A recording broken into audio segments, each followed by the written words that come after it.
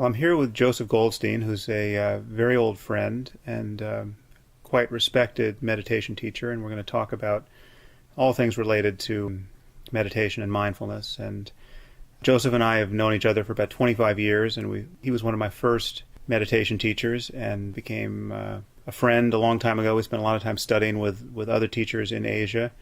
He's here recording this interview with me under less than ideal audio conditions, so we apologize for that. Joseph, for those of you who don't know, started the Insight Meditation Society in Western Massachusetts, and has probably done more than anyone, certainly as much as anyone, to establish the practice of mindfulness in the West. And this explosion of interest you see in mindfulness in the scientific community and in clinical practice is largely the result of how clearly he and his colleagues have taught it to thousands of Westerners. So Joseph and I are going to talk about mindfulness and the mind in general, and probably push into some areas of interest only to us and alienate 99% of our listeners, but that's what we are free to do. So Joseph, thank you for being here, and thank you for agreeing to talk about all this with me. I'm delighted to have a chance to get back into the meat of our discussions, which we've had over all these years. Joseph and I have had arguments on just about everything. Yes. About everything, and on transcontinental flights where he has been captive and desperate to avoid me, however unsuccessfully. So before we get into esoterica, tell us a little bit about how you got into meditation and how this became your life's work. Well, I was studying philosophy at Columbia University in New York as an undergraduate, and by the time my senior year came around, I was really anxious just to get out and see the world. And this was in 1965, and it was just soon after the Peace Corps was established. And so that seemed to me a really good vehicle for getting out and seeing new parts of the world. So I applied to the Peace Corps, and I actually applied to go to East Africa, but as fate or karma or accident or whatever the conditions may be happened, they sent me to Thailand, which turned out to be a very fortunate happening. Because while I was in Thailand, I had my first contact really with Buddhism and Buddhist teachings and meditation. Soon after I started teaching in Bangkok, I was teaching English. I started going to discussion group at the Marble Temple, which is quite a famous temple in Bangkok. And there were some Western monks who were leading the discussion, kind of introducing Westerners, to some of the Buddhist ideas and concepts. Of course, having just graduated college in philosophy, I went there full of my own ideas about things, and I would be asking so many questions in the group that people would stop coming. It was like, I think we've all been in groups like that. Right. And we've probably both been that person. You were the insufferable blowhard. Exactly. Yeah. So finally this one monk says, Joseph, I think you ought to meditate. I didn't know anything about it. I didn't know anybody who meditated. I was 21, 22 years old in the Far East. It was all extremely exotic to me. And it just seemed like a really interesting thing to do. So he gave me some initial instruction, and I also began a little reading. There was one classic book called The Heart of Buddhist Meditation, which laid out the basic methodology. And so I gathered kind of all the sitting paraphernalia, cushions and this and that, to sit. And the very first time I set my alarm clock for 5 minutes, because I didn't want to oversit. But something quite amazing happened in that first 5 minutes, and it really changed the whole course of my life. So the first time you sat, you actually connected with the practice and realized it was something worth looking into. Well, what I realized, it wasn't that I had any great enlightenment experience, but what I realized was that there was a way to look into the mind as well as looking out through it. And my whole life I had just been looking out of my mind, rather than looking into it. So it was like a turning in place. Yeah. And that was so extraordinary to me. I got so excited I started inviting my friends over to watch me meditate. Right. Which, arguably the most narcissistic thing you could possibly do. it was, more charitably, it was naive. It really came out of this tremendous enthusiasm for, what I felt I was discovering. Right. Obviously, they didn't come back very often. It made for a poor viewing experience. Very poor. But that was the beginning, and then, over the course of my time in the Peace Corps, I just, I extended time past 5 minutes a little bit, but still. So how long did it take for you to actually go on intensive retreat? Oh, at the end of my Peace Corps stay, I had an experience. Somebody was reading from a Tibetan text. A friend was reading.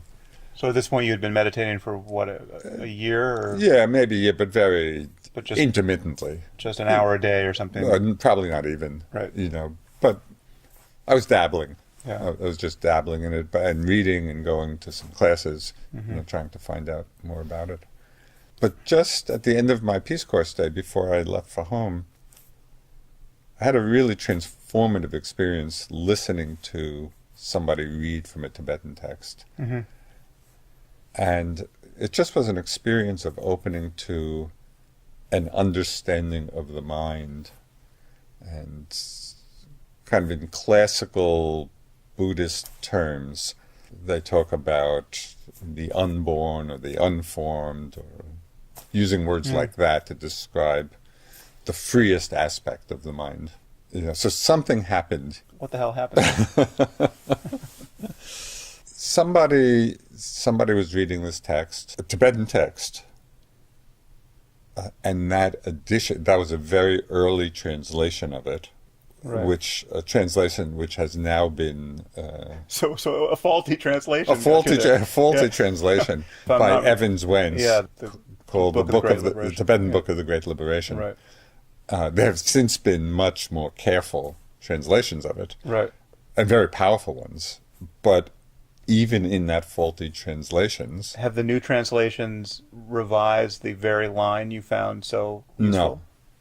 No. Okay. No. All right, so back up. You've got this faulty Victorian translation of the Tibetan Book of the Great Liberation, and you have a friend who's reading it out loud to you? Right. And then at one point in the reading, just on the word unborn, the mind open to that experience. Right. Say more about that. You hear this word unborn, you're looking into your mind all the while. What changes? So it's a momentary experience that has the power of a lightning bolt. So it's a unique moment of the mind going from being aware of different things arising moment after moment, like sights and sounds and the breath and the mind itself, and then upon hearing the word unborn, and it's very hard to describe, but it was, if you think literally of what that word means, unborn, it's the experience of non-occurrence. So, right, being born is something occurring. It's so moment after moment, experience is being born and dying, being born and dying, moment after moment. Unborn is a moment of non-occurrence, which broke that stream of continual birth, of continual occurrence. And the metaphor, or a simile, one of those, right after that moment, I described it to myself as zero. It was the experience of zero. Right. So the experience was, however difficult it is to characterize, it entailed the loss of ordinary sensory experience. You're no longer seeing, hearing, smelling, tasting, touching, thinking. Right. So the lights went out in some sense. The lights went out in some sense, but there was a knowing of that. Right. Right. And this gets into another, a deeper discussion of that experience, which we might Yeah. have Yeah. later. So it is the knowing of a reality. It doesn't entail ordinary sensory perception. And It's zero. right. It's like a But rebooting of the hard drive. Yeah. Yeah. But one of the things that became so apparent is that zero is not nothing. Right. Zero is a powerful number, Yeah. and perhaps the most powerful number. And the fruit of that experience was the immediate understanding and realization of the selflessness of this whole process we call life.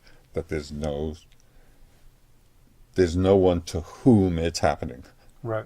It's a process of what one teacher described as just empty phenomena rolling on, meaning empty of self, empty of core substance. Yeah. Yeah. That experience doesn't refer back to anyone, and that all was just understood completely in that moment. That view of self was just completely gone. So then take me back to the immediate aftermath of that experience. So your friend is reading this book to you. Right. On the word unborn, Right. you have this cessation experience. You come out of it. So Completely different. your mind is blown, and I tell him to stop reading. And so how long do you think you had been gone for? Just a second. Momentary. Right. And so you have this transformation, and now you're articulating it to your friend. And what's that next half hour like? The next half hour was like I was in a completely altered sense of everything, because it was free of any notion of self. The self-center had just dropped away. Right. But this wasn't the fruit of many years of practice. Yeah. So I really didn't have I had very little context for understanding this, although I knew enough that something familiar within the Buddhist tradition had just happened, but I didn't understand the mechanism or what led up to it or anything. I didn't have any context. Was there anything negative about it or scary about it? Were you at all destabilized in a way where you were kind of searching to get back to who you were? Or I wasn't searching to get back to who I was, but there was a period of, I think, some days where, it was destabilizing of my previous way of being and the conventional way of being. So I was kind of trying to find my sea legs in all this. Right. But was there part of you at all that worried about it, that thought about it in psychopathological terms? No. Even as there was kind of uncertainty or about how to manifest. Right. How to relate. I always felt that something tremendously powerful and revealing had happened. Right. To stick with the immediate aftermath, was the character of your experience in that moment was changed, but if I recall correctly, you were experiencing things which now you don't necessarily tend to experience. I mean, now selflessness is still obvious to you, but there were features of your experience in the immediate aftermath of cessation that are not true right now. So what was especially salient or psychedelic or otherwise odd about those next hours? Or it was like it was days too. It was like, didn't you have a week where you felt like you were as much the other person in the room as you were self, or something like that? Yeah, but also just this happened 50 years ago. Yeah. So even though it's the experience is very vivid, in terms of impact and understanding, some of the details, have faded. But you have had what you consider the same experience again through the practice of meditation. I have, but not actually as dramatic. Right. That. The aftermath was not as dramatic, or you actually think that you can detect a different character to the cessation experience? No, I would say the aftermath. Right. Was not as dramatic. So talk about the aftermath for a minute. In one, I wondered. I mean, I told my friend to stop reading because I knew he didn't understand what had just happened. It just destroyed your mind. So, I mean, there's no point to going on because Right. it's like from my perspective, I had experienced what that teaching was trying to do. So why keep reading? Yeah. It was redundant at that point. And so I just wandered off. And I remember this was in a school, it was right next to the Bangkok Zoo. Mm. So I was just wandering around. I was wandering around in the zoo and just in this place of, as you said, I mean, the way you expressed it, there was no separating out of myself, separate from everything that was being seen or heard. Right. It was all one thing. But presumably you can do that now, in the context of this conversation with me. But it's not quite the same thing. No, because what is it? Talk about the positive characteristics of this aftermath experience. That is positive, not in necessarily as being good or versus bad, but positive in terms of something added to the flavor of experience that's not happening for you right now. Mostly, again, I'm not sure of this, but my sense is that it was just the newness of that experience. And so, because it came so out of the blue and so unexpected and not as the result of a systematic meditative progression. Right. So the change was so dramatic, so sudden, so unexpected, so without mental preparation. It's a bit like through the looking glass. Yeah. All of a sudden, you turned inside out. Yeah. Now it's just that experience is just, and the understanding is much more familiar to me. Right. So I think it just doesn't have the same dramatic interest. Right. Do you think there's a difference in just in your stability in that experience, so that in the immediate aftermath of cessation, you were stabilized in that selfless awareness to a degree that is not normal in your life? It's a little hard to say because and something kind of it had a half-life, right? So it wore off. This transfigured consciousness wore off after over days over days. And then what? Then you really wanted to find out what the hell had happened. Yeah, exactly. But this was just at the end of my Peace Corps stay, so I was going home, and I had no idea of what to do or how to integrate this. But I tried talking to people about the fact that there's really no self, and the self is a construct. Of course. People, meaning your rabbi in the Berkshires? Or? Well, to my family when I got home, even to friends the friends in the Peace Corps, before I left. This was just like a week or two before. So there was this huge transition happening. Yeah. Finishing my time in Thailand, going back to the States. Obviously, people had no way of relating to what I was talking about. So when I went home, it didn't take me long to realize that I wanted to pursue this understanding.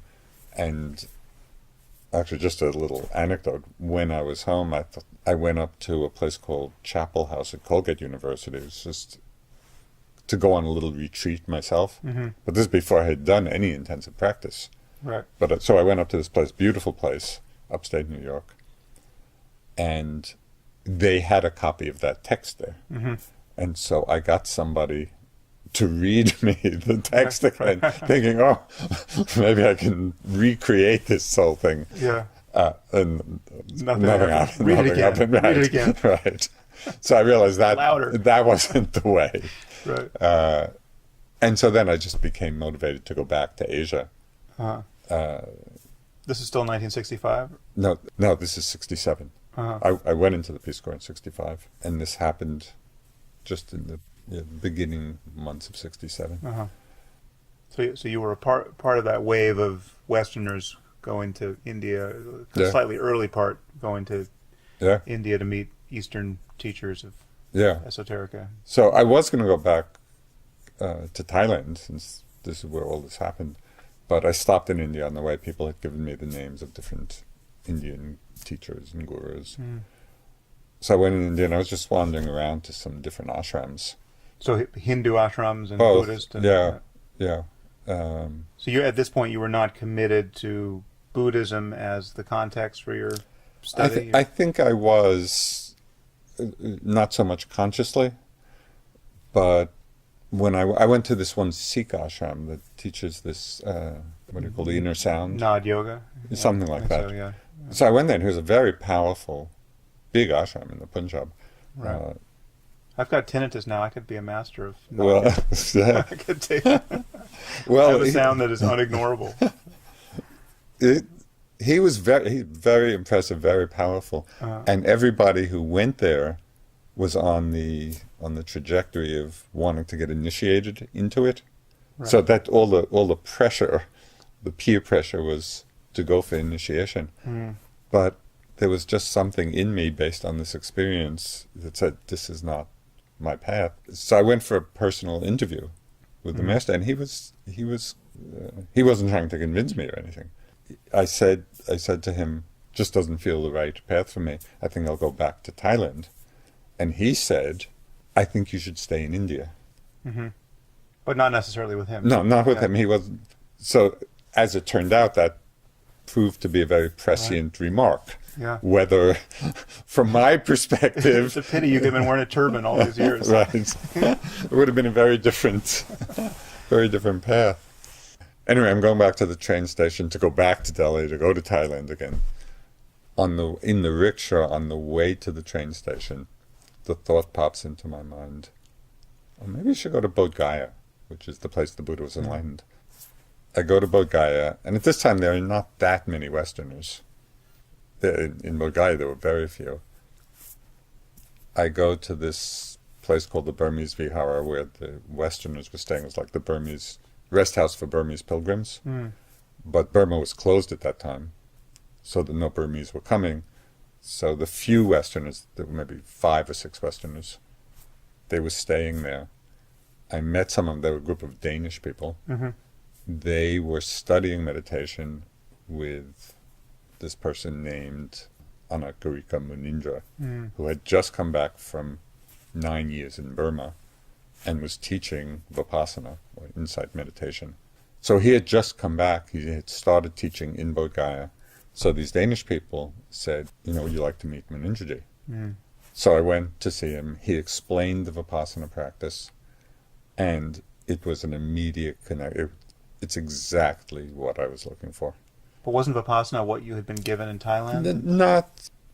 Not really. What I had been given in Thailand was much more just the preliminary being with the breath. Right. So it was more like a concentration practice in a way. Yeah. And it was very unintensive. When I went to Munindra and he explained the practice, and then I started doing it intensively, that's when I realized this is a good expression of what my experience had been. Right. Well, for our listeners who are maybe unaware of the details of Vipassana practice, can you do just like a 2-minute guided meditation? Yeah. Just to get us there after you drink that water? Yes. That crackling water bottle is going to ruin our audio. Okay, so I go to Munindraji. He explains the basics of Vipassana practice, which is really simple. It's the sitting meditation part is sitting down, starting with attention on the breath, and just feeling the sensations, the experience of the breath, and being aware of moment to moment, whatever arises, sensations in the body, thoughts, emotions. So should we do a little guided meditation? Do like a minute or two. Just Okay. So that So if as you're listening to this, you just take some comfortable posture, sitting in a relaxed way. In Vipassana, generally we close our eyes, but can also be done with the eyes open. So sit, and you might begin by taking a few deep breaths, simply as a way of settling into the awareness of the body.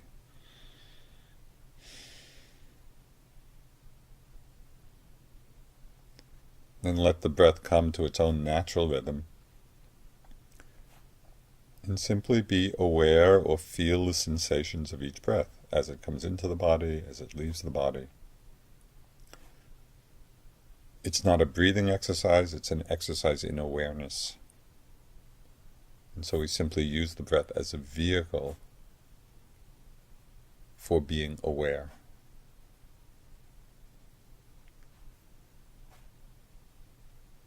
As you feel the breath going in and out, you may become aware of sounds, background sounds or loud sounds.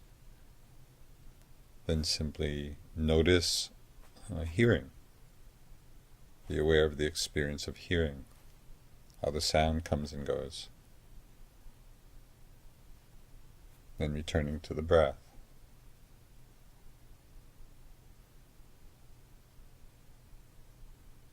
You might begin to feel other sensations in the body, of pressure, of tightness, of tingling, of vibration. If any sensation becomes predominant, become aware of the sensation. Notice how it changes. When it's no longer predominant, again return to the breath.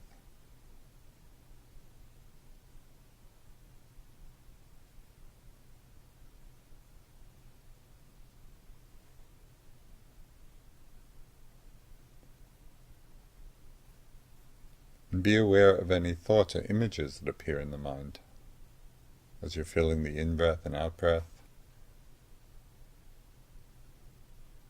Thought may come and at first may carry you away. You're lost in the thought.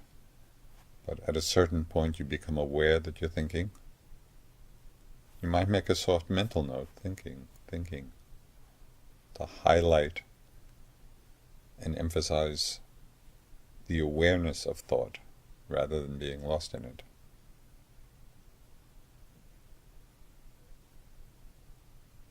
And notice what happens to the thought in the moment of awareness. Does it continue? Does it disappear?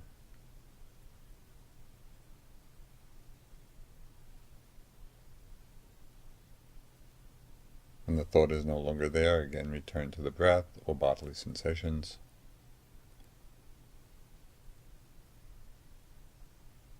So in this way we are just being mindful moment after moment of whatever is the predominant experience in the body, in the mind. And through that awareness we begin to see the changing nature of all these phenomena. Things are arising and passing away.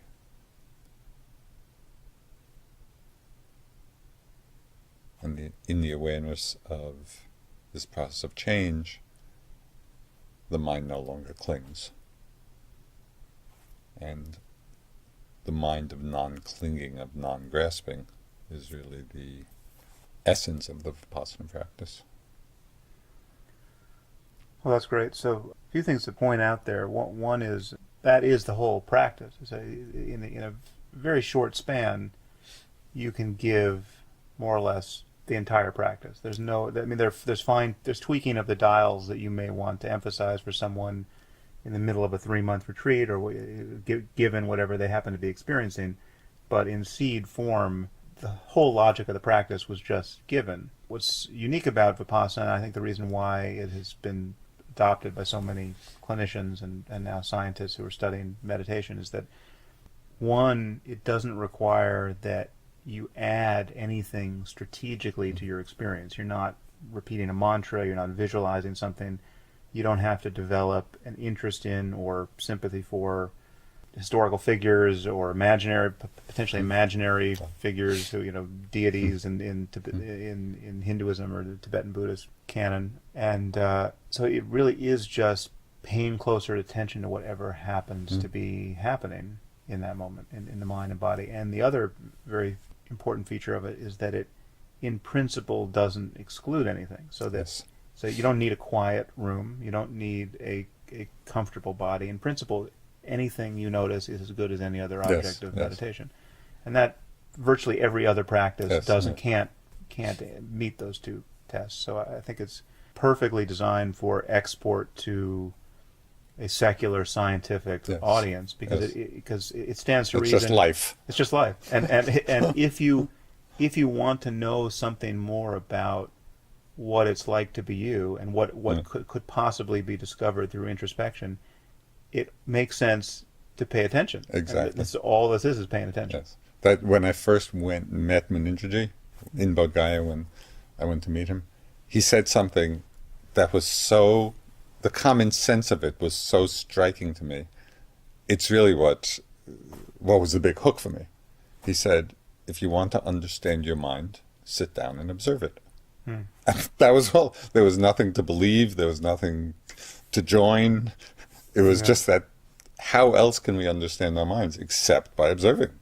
So the accessibility of it, and the common sense of it was so striking to me. Of course, as we do the practice, there are many dimensions of our experience that reveal themselves that previously we had not been aware of. Yeah. So it goes very deep with tremendous nuance. But the basic instruction is this simple. Yeah. It's always a matter of not being lost in thought about the experience, noticing thought as thought, and noticing the character of experience with interest and without grasping at pleasant and pushing away the unpleasant. Exactly. And it's just simply always being aware of what's arising. And I think one thing that people get confused about is, obviously there's a vast amount that the brain is doing and that therefore the mind is doing that we're not aware of, and that is not best discovered through introspection. So hence the necessity of having whole branches of science named psychology and neuroscience and cognitive neuroscience and cognitive science and linguistics and everything else. I'm following the rules of English grammar more or less effortlessly to get to the end of the sentence. I have no idea how I'm doing that, and when I fail to do that, I have no idea why I fail, and the best way to discover those details is not by me paying attention, because it's simply not visible. The data are not there. But what mindfulness is a tool to be as aware as possible of the actual character of your subjective experience. It's not to say this is the best way to do neuroscience. It's the best way to be aware of what it's like to be you in every moment. Yes. And it's in that context that you can discover whether or not this thing you call yourself exists the way you have always thought it does. Yeah. And it's also, it's very pragmatic in another sense, because one of the things we discover through this simple introspection and observation is to see what patterns of thought and emotion create suffering for ourselves and others, and how to be free of that suffering. And that's really the bottom line of why to do it. Right. It's a way of coming out of suffering. And we become much more expert in terms of understanding our own minds and our own conditioning. Because we all have established habit patterns that are not helpful. They're not conducive to peace, not conducive to freedom. We need to learn about that. We need to see how all of that's happening. So take me back so now you're with Munindra in Bodh Gaya, and he's making a lot of sense and has given you a practice that seems very promising in light of this experience you had in Thailand. What is your motivation at that point? Is your motivation a interest in the nature of the mind? Is it getting rid of suffering that you're finding intolerable? What's driving? No, for me, interest was the key. I didn't have any obvious suffering. Right. I was just still very young. I was 23 years old, and I was just incredibly interested at this point in the mind and exploring the implications and ramifications of what this experience was. And upon this further investigation, I realized that Buddhism really explained it all. This was the most appropriate context for the exploration. So at that point, had you gone and met other gurus apart from that one Sikh? Had you met Uh, Muktananda or no, Ananda Maima or any no, of this? no. I had gone up to the Himalayas to try to find some Tibetan Mm, teachers, since it had been a Tibetan text. right. But it was in the middle of winter, and it was freezing cold, and the Tibetans had all gone south, Right. so nobody was there. Uh, Uh, no, and so Munindra was really, aside from that one ashram I had gone to, he was the first teacher I met, and I feel very fortunate because it was just exactly what I was looking for. right. But you did do some practice in another tradition of Vipassana, because you sat Goenka retreats That was as after. well, right? After, okay. You get to Bodh Gaya, you meet Munindra. How long did you stay in India at this point? That very first time I was in India, I stayed for about 6 weeks or 2 months, and then I was going back to the States. And when I started, I had no concentration. I mean, so it's almost like I was practicing to catch up to the experience I had had, Right. because I hadn't done any of the mental development that in the normal course of things would have culminated in that. Right. And so when I started to actually, So you were not a prodigy, not a at, meditational prodigy from not- the side of actually doing the practice. not at all. Yeah. In fact, I think quite the opposite. So what's interesting is that this breakthrough cessation experience, as a starting point, why wouldn't that have made you a prodigy? The only prodigy aspect that I could discern, there was no doubt. Doubt about the path had been eliminated, because I had this very clear understanding and realization of the selflessness of it all. But I saw also that there was still a lot more work to do. There was still a lot of conditioned habit patterns of mind that were still there. So even though I knew they were selfless, I had that basic understanding. Still, And when you sat down to meditate with Munindra, you're spending virtually all your time lost in thought because you don't have concentration. yeah, no, exactly, and enjoying it. I thought it's kind of a nice way to spend an hour. Right. Cross your legs and think. Yeah, exactly, which is basically what I did. But I knew I had found the path made sense to me, even though that it was not easy. But I didn't have any doubt. I knew, this is what I want to do. So I went back to the States, worked for a little while, made a little more money, and just, was anxious to get back to India and to pursue it.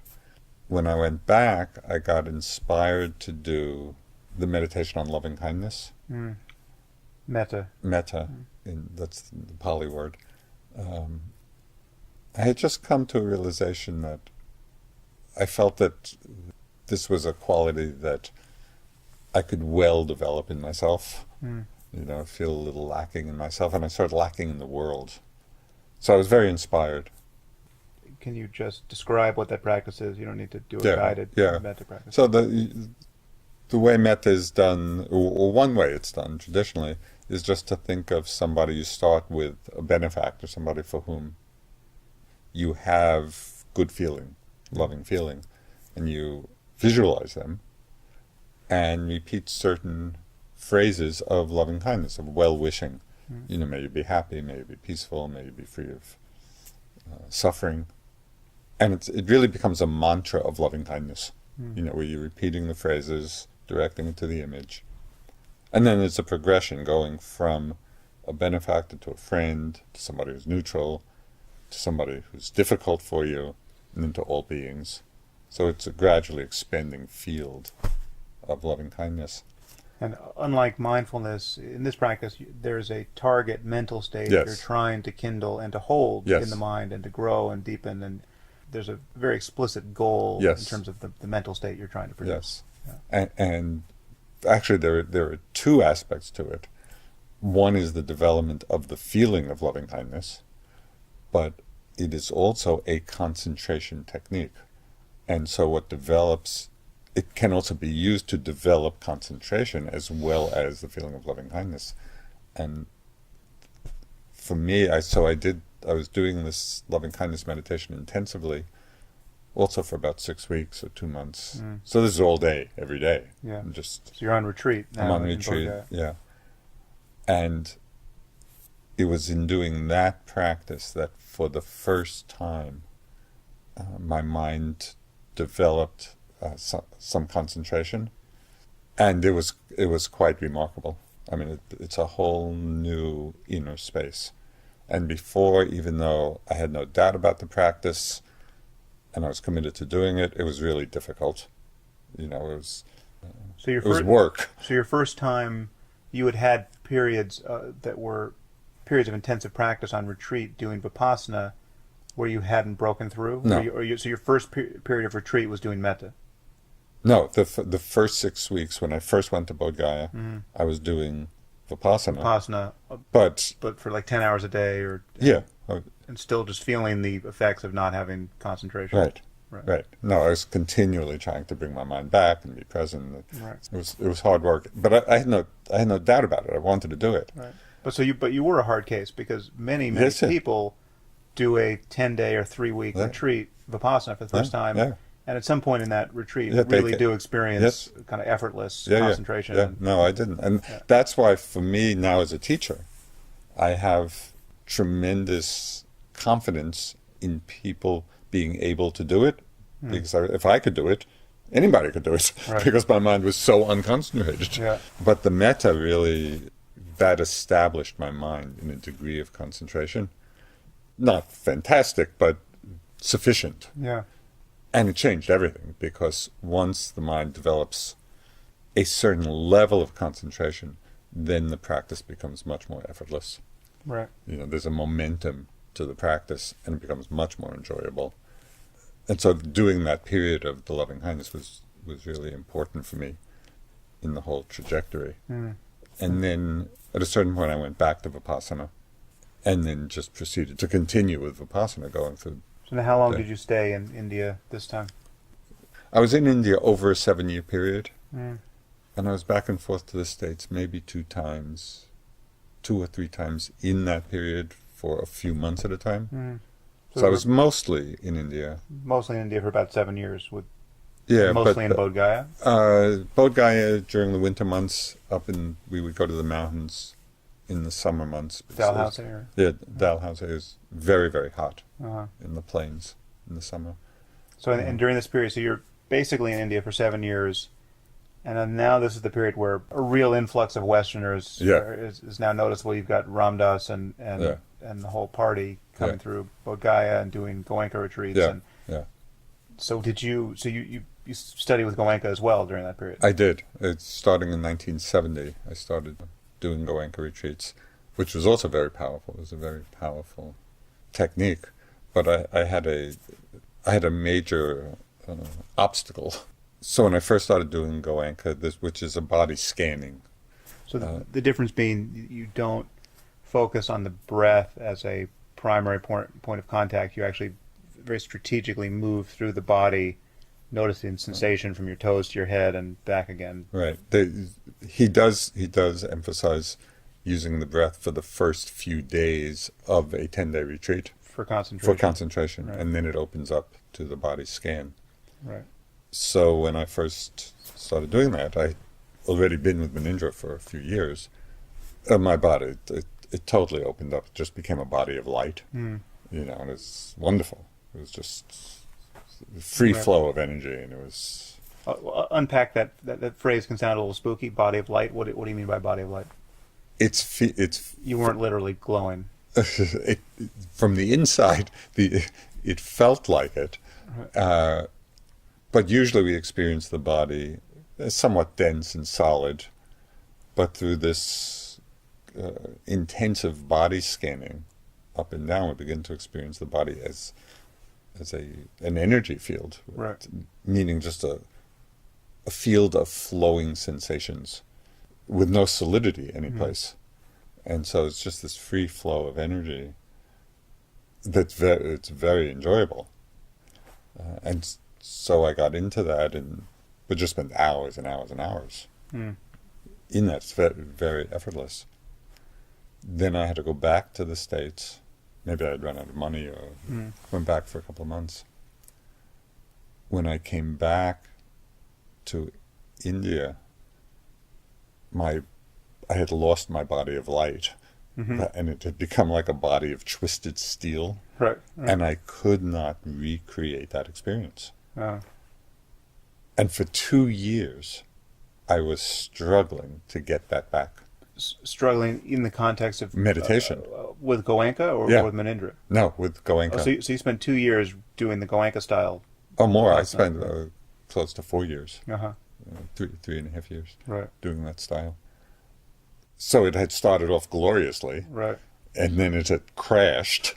But of course, mindfulness, the point of the practice is not to recreate any specific body Correct, manifestation. but it was too seductive. it was too seductive, and I was just doing it wrong. Right.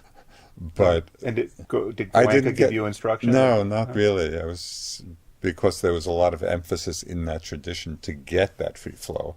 So that was in a way the goal, Right. and so it was exceedingly frustrating. Yeah. It was the worst 2 years of my practice. Right. And it took me 2 years to realize that it's not about getting something back, but to be with how things are. So finally, it took a long, long time. Finally, my mind let go of that fixation and just relaxed into how things were. And then there started to be movement again. It never got back to how it was, Right. but it didn't matter. That Yeah. there was a different kind of flow. So that was its own learning. Yeah. In terms of Yeah. understanding what the practice really is about and what it's That- not that- about. That's a point of interest to me, which we've argued about in other contexts. But it's interesting the way in which the logic of a practice, explicit or implicit, can lead you to practice in a way that is just not profitable. There's a very classic progression in what are called the stages of insight. So there's a very classic unfolding of different experiences where people at a certain stage have experiences of tremendous rapture and clarity and concentration and all the things that we're practicing to develop. At this particular stage, they're called corruptions of insight, because the tendency is for almost everybody in one way or another to get attached to them. It's such a remarkable shift from anything that's happened before that when you're experiencing that, it just feels you've arrived. Yeah, it has the flavor of enlightenment. Yeah. It seems like Yeah. this is why I was practicing in the first place. I want to feel this way. Exactly. And it's called pseudo-nirvana. Yeah. Yeah. And so it takes some real guidance at that point to simply be mindful of those states as other changing conditions and not to be attached to it. And the very next stage of insight is called seeing what is the path and what is not the path. And that's an important juncture, because until that point, we think that having those experiences is the path. Yeah. Yeah. And so we have to really go through that and see that it's not the path, that's just experiences along the way, and that the whole path is always about letting go. It's not about holding on. Yeah. And whatever is fundamental to the nature of mind has to be discoverable in the context of whatever experience happens to be present. If the thing you're taking to be significant is there by virtue of having The conditions. some contingent conditions in place, then obviously it's vulnerable to exactly. to change. Exactly. Yeah. I like to say in the teaching, in guiding people through situations like this, if freedom is dependent on conditions, it's not freedom. Yeah. Just take me back to that period, so that now you're in Bodh Gaya, you've been there for years. Now you're just practicing in a Buddhist context. You're not going to meet Neem Karoli Baba or Anandamayi Mara, because the whole spiritual circus is happening around you. Everything that you can read about in Ram Dass's books. Yeah. I had no interest. I was so in alignment with this path. It was so exactly. It felt so right for me. I really had no interest in doing anything else except deepening my experience. And over the years, there is an unfolding path of experience, and go through all kinds of different experiences, all of which are to be let go of. But it was completely fascinating. It was like this journey into the mind, the exploration of the mind, and the very real feeling that as vast as things are looking out into space, that same vastness is when you look in, the inner space. And so it was tremendously compelling. Had you had that cessation experience again through the practice of Vipassana under Munindra Goenka in those years in India? No.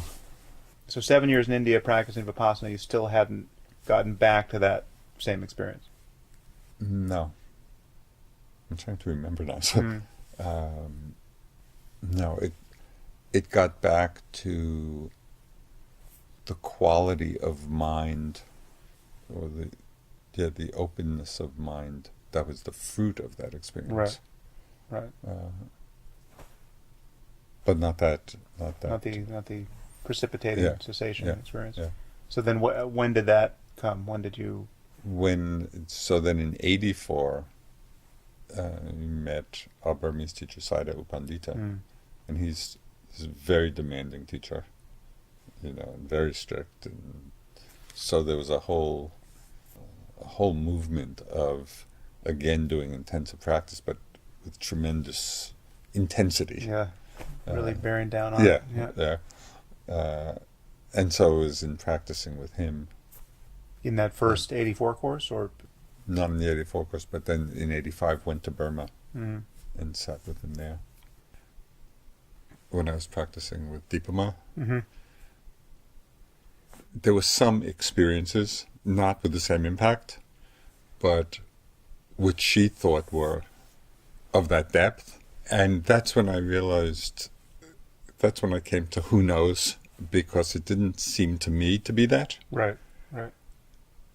But here's this great teacher saying so.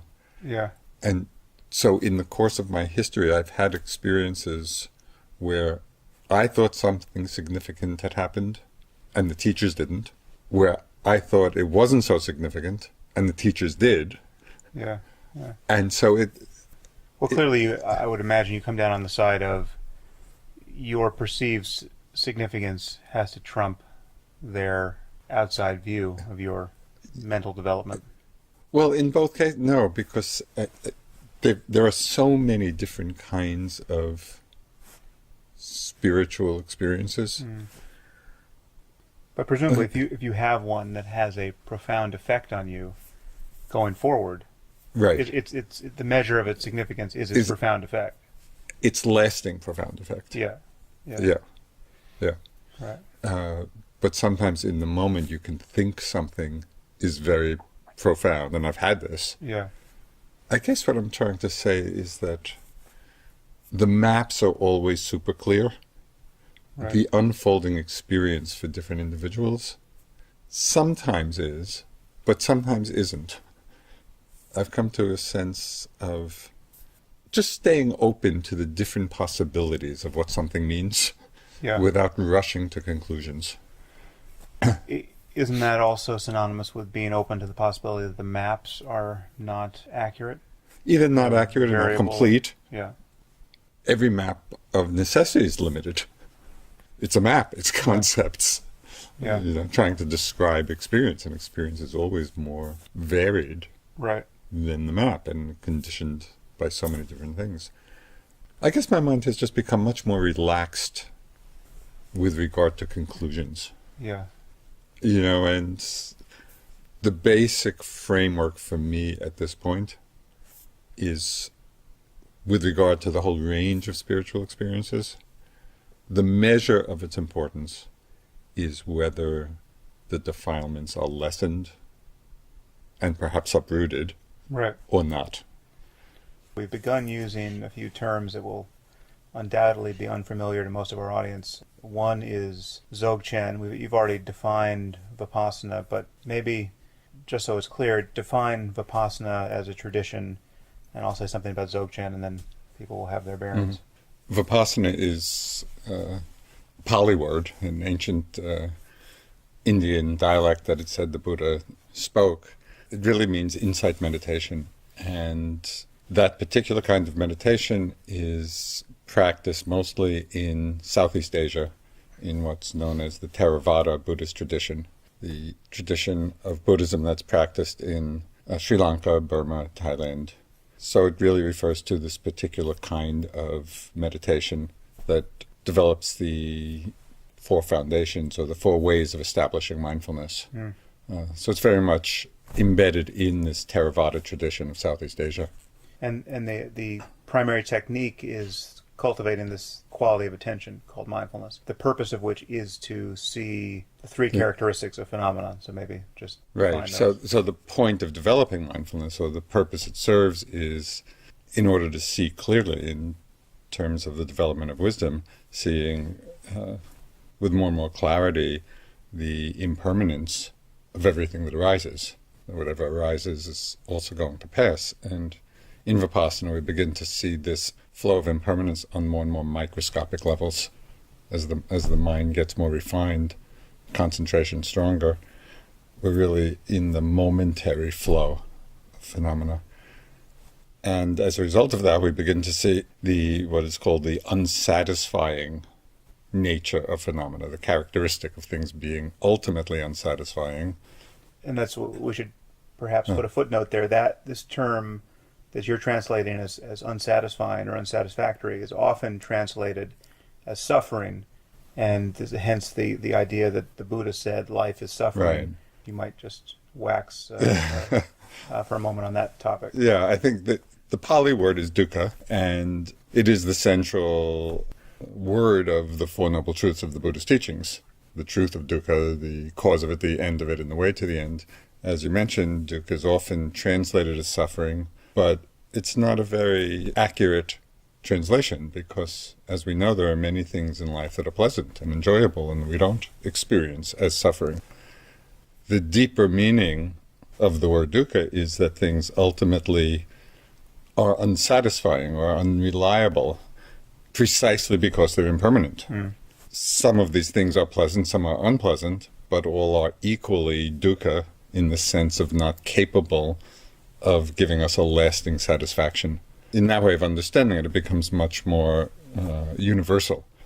We can begin to encompass all of our experience in this truth of dukkha, which is very related to the truth of impermanence. And the third characteristic, which is illuminated through Vipassana, is the selfless nature of phenomena, that this flow of experience doesn't belong to anyone. There's no self behind it to whom it's happening. That what we are is this flow of change. And so the mindfulness is really in the service of developing this wisdom. And the wisdom is in the service of liberation. Because when we see the three characteristics, then the mind doesn't hold on, it doesn't grasp. And in the freedom from grasping, the mind is freed. And so when you say liberation or freedom, what is one liberated from and what is one free of? Ultimately, what we're freeing the mind from are various afflictive emotions, which the Buddha condensed into three roots, three unwholesome roots of greed and hatred and delusion, out of which all the others come. Right. And that's really what we're freeing the mind from. Right. Freeing it from greed, freeing it from hatred, freeing it from delusion. Okay. Well, so I guess the other term that is going to come up, perhaps we've mentioned it already, I'm raising it as a counterpoint to Vipassana practice. It's the teachings of Dzogchen in the Tibetan Buddhist tradition. There's considerable similarity between Vipassana and Dzogchen in the sense that you are paying attention very closely to your experience in the present moment and not adding anything strategically to it. But the thing that's unique about Dzogchen as a path of practice is that it begins not with a technique, although it can begin with many preliminary practices that anyone can adopt, but it really only begins with an insight into the nature of awareness, into the selfless, often called non-dual nature of awareness. And this is generally precipitated by a dialogue with a Dzogchen master, a Dzogchen teacher, who really in a hands-on way guides you into having this insight into the nature of consciousness. The clearest point of contact to the Vipassana teachings is that it's essentially a facilitated insight into the selflessness of awareness, and then one's mindfulness as a practice is mindfulness simply of that experience of selflessness. And Joseph and I will talk about how I view the difference between those two paths of practice and the significance or lack thereof of that difference. But these are the terms you want to understand, and I spell this out more clearly in my book, Waking Up, if any of this gets too confusing. Well, let's start with my experience of doing Vipassana, because I, as you know, I spent several years and at least 1 year on retreat practicing this Burmese style of Vipassana in a very pure way. We hadn't discovered Dzogchen teaching yet, and I didn't really have another model of how to practice.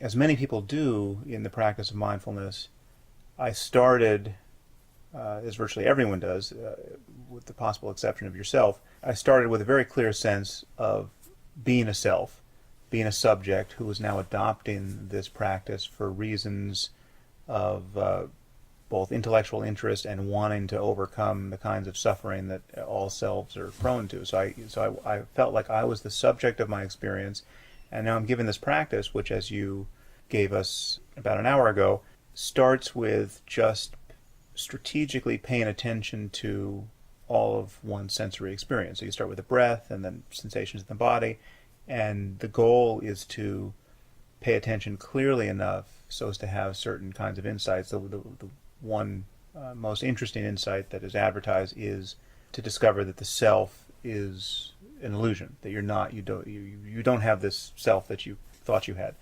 and with that comes a kind of relief from all the problems selves are heir to.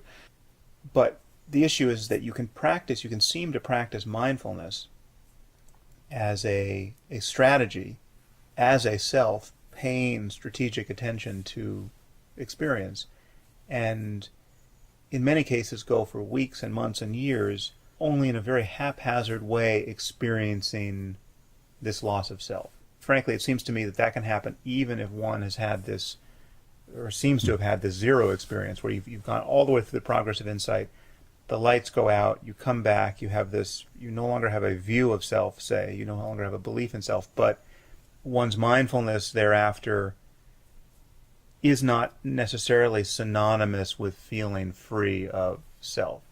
With the Dzogchen teaching, it begins with not a practice, it begins with this insight into the selflessness of consciousness, and unless you can have that insight, you actually can't do the practice. There's not something to pay attention to apart from the selflessness of consciousness. And once you've had that insight, then every moment of practice is synonymous with selflessness. So my question to you is the mindfulness that most people experience, this dualistic mindfulness, this strategy of paying attention, not actually mindfulness? Is it just a way of orienting to the true mindfulness that will arise when you can actually see that in the act of seeing, there's just pure seeing, there's no seer and things seen? So yeah, that's the question. Is what most people most of the time call mindfulness not actually the real thing, just a way of getting people to hopefully discover the real thing? Okay, this question just opens up a whole big discussion of various things. So first, to say that in the beginning of practice, whether it's Dzogchen or Vipassana, even though we use those two terms, Dzogchen and Vipassana, to describe the general orientation of practice, just as you pointed out with Dzogchen, but it's also true of Vipassana, for most people, the beginning practices are not actually doing Dzogchen or Vipassana. It's kind of either approximating Dzogchen, approximating some recognition of the nature of mind, the selfless nature, but people have not necessarily actually experienced it, but they're in the vicinity. And so the practice is one of just again and again trying to come to it, and at a certain moment people have that actual realization. As you say, that's when Dzogchen really begins. In Vipassana, the beginning stages really are not Vipassana. Even though that's the term we use for it, the beginning stages really are the development. It's basically a samatha, a concentration practice. It's using mindfulness to just connect and be present moment after moment, to build up a certain level of concentration. Vipassana starts happening, real Vipassana starts happening, when there's enough momentum of both mindfulness and concentration, so that first the practice starts happening by itself, and so there's not the sense of someone making an effort to do it. It's rolling along by itself, and the understanding in that rolling along by itself mode, the impermanence of things arising and passing is very clear. Right. So that's really the beginning of Vipassana. So that's just a little background to the beginning stages of both practices. Right, except that description of the beginning, to my ear, articulates a difference between the two paths that it's hard to reconcile. I'll be getting to that. Okay. I just wanted to point out that the terms we use to describe the practice of Vipassana and Dzogchen, in both cases have a preliminary... except in the case of Dzogchen, there's no confusion about when the practice starts. So, for instance, if you're agreeing with me about, or if you're suggesting that the true mindfulness only starts when... Not true mindfulness, true Vipassana. So mindfulness is the technique, Vipassana is the insight born of the technique. Yes. What we have is a culture of meditators now. I mean, mindfulness is incredibly well subscribed as a method of meditation. Many people think they're practicing mindfulness / Vipassana in the way that it is there to be practiced. That's equating those two terms. Which is commonly done. It is common, but that's an inaccurate and perhaps popular understanding, and that's why I'm making the point that you can be practicing mindfulness, and it's only at a certain stage of that it becomes Vipassana. Yes. Even though we use the term Vipassana. Okay, but this gets to the heart of my question. So you're someone who has practiced mindfulness to the point of Vipassana. So you're playing the real game. Right. My question about the character of one's mindfulness at that point is... No, I want to get to that. I just wanted to set that framework of understanding the terminology. Okay.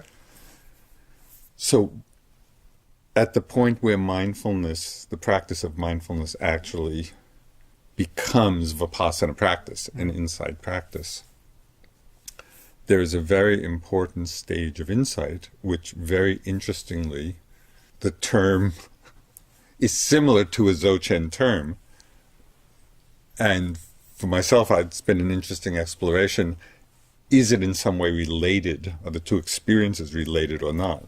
But in Vipassana, the stage of insight is called purification of view.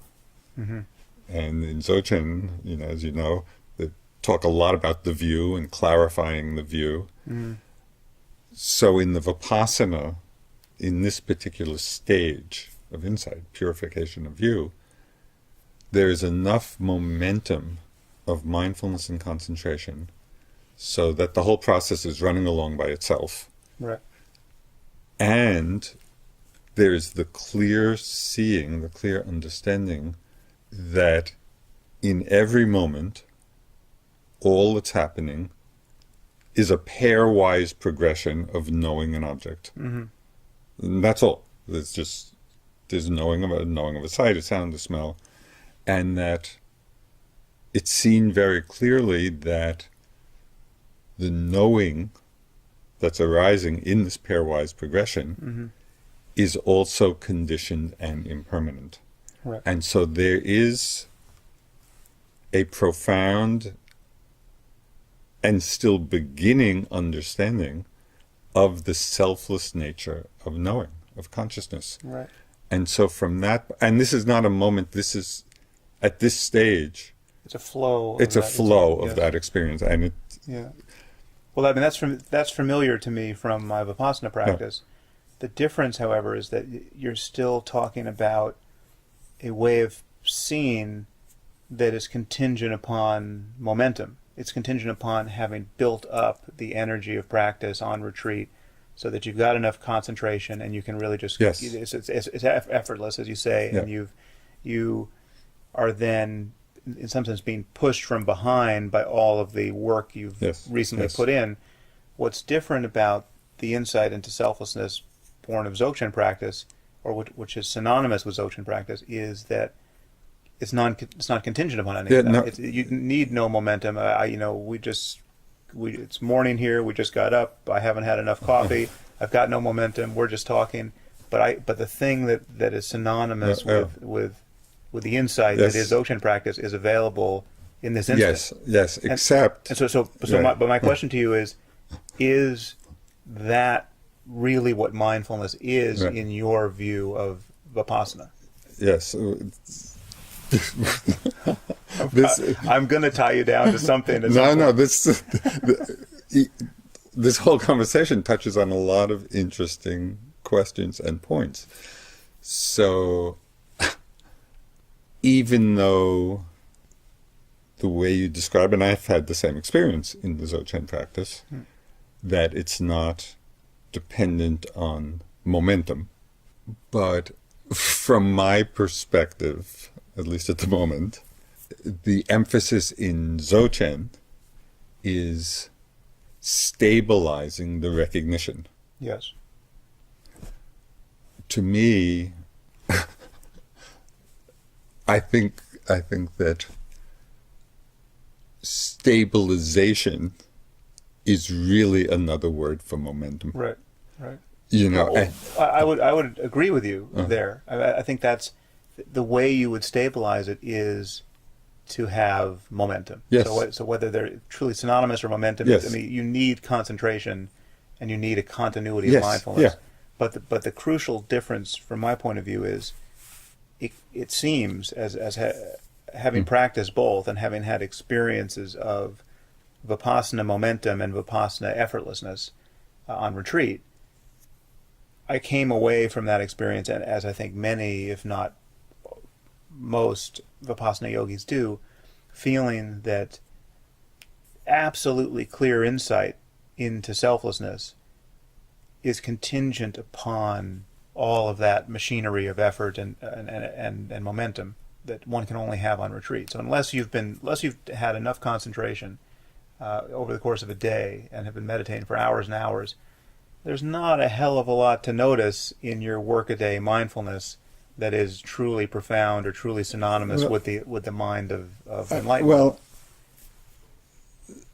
I just have some questions about that from two sides. From the Dzogchen side, even though the recognition is available in any moment, without the stability, which comes from a momentum, right. My experience, both in doing the practice and in observing people, is that likewise, the moments of recognition are quite few and far between because of the habit of mind of being distracted. Yeah. And so even though it's always available in the moment, in fact, to manifest that understanding takes momentum. Also, it takes the build-up. Well, it depends on what you mean by manifest, because if you mean manifest the outward signs of a totally transformed personality that is attractive to others. No, that's not what I mean. So then the question is, what counts as a breakthrough into the wisdom of emptiness or the wisdom of selflessness that makes a difference to the person? I mean, what is? I would say how often. So from the Dzogchen perspective, how often one is recognizing it. Yes, but let's say in both cases it's mindfulness. In both cases it's noticing you've been lost in thought, and then what you then notice subsequent to noticing the thought disappear. So what can you do? This is true of every type of meditation practice. Is you're either lost in thought or you're noticing what you should be noticing. And in mantra practice, you're supposed to be noticing the sound of your mantra. In visualization practice, you're supposed to be noticing the thing you're visualizing. In loving kindness practice, you're supposed to be in that moment reasserting the well-wishing to your object of metta and feeling the feeling of loving kindness. In mindfulness practice, it seems to, I would guess, 99% of yogis, and it certainly seemed to me for a very long time, that the alternative to the unenlightened, for the unenlightened yogi, is to notice phenomenon. There's nothing to notice but the evidence of your own unenlightenment in that moment. You're noticing. No, wait. I'm going to let you redeem your path of practice and your life's work in a moment. But just let me fully disparage it. The difference is, with Dzogchen, the only thing you're supposed to notice, and the thing which is the true taste of your mindfulness at that moment, is that there is no self-center to whatever the experience happens to be, and two, that the experience, no matter how painful, really, I mean, it could be an experience of nausea, it could be an experience of anger, whatever it is, does not change consciousness. I mean, so consciousness actually isn't harmed by whatever crappy experience you were just having dualistically a moment ago before you were mindful. The moment you actually pay attention, there's just consciousness and the energy of its expression. And therefore, in that moment, anger and joy are equalized. And so the suffering component, to which mindfulness would be a remedy, is also canceled.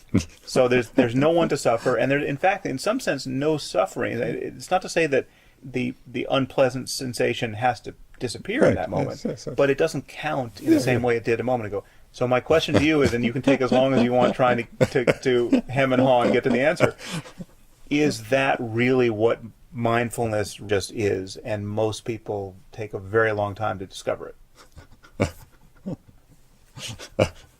What you just described in terms of the equalizing of experience through the Dzogchen recognition, you could have been describing the function of mindfulness.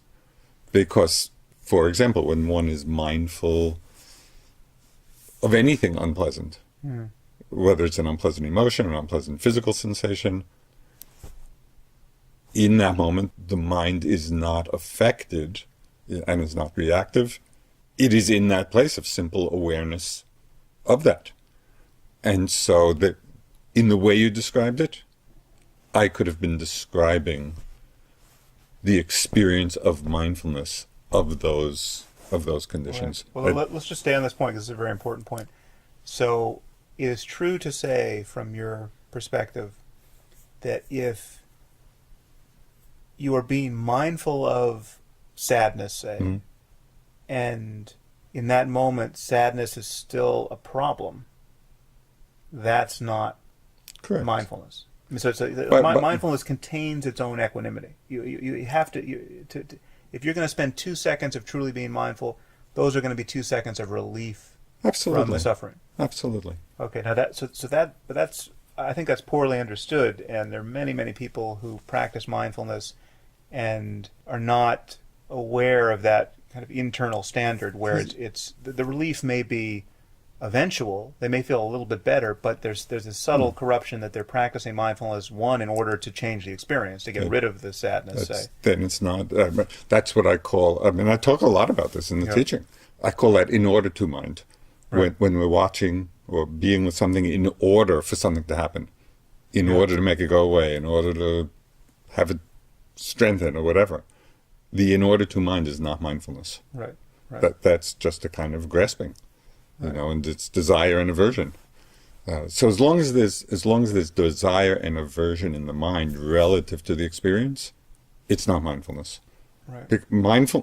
Your description, I resonated completely with that As mindfulness. As mindfulness. Except the crucial feature of my description and my experience is that the non-dual side of it is the magic piece. So I want to get Right. to this. So this I haven't expressed this before in this particular way, so we'll see how it comes out. Okay.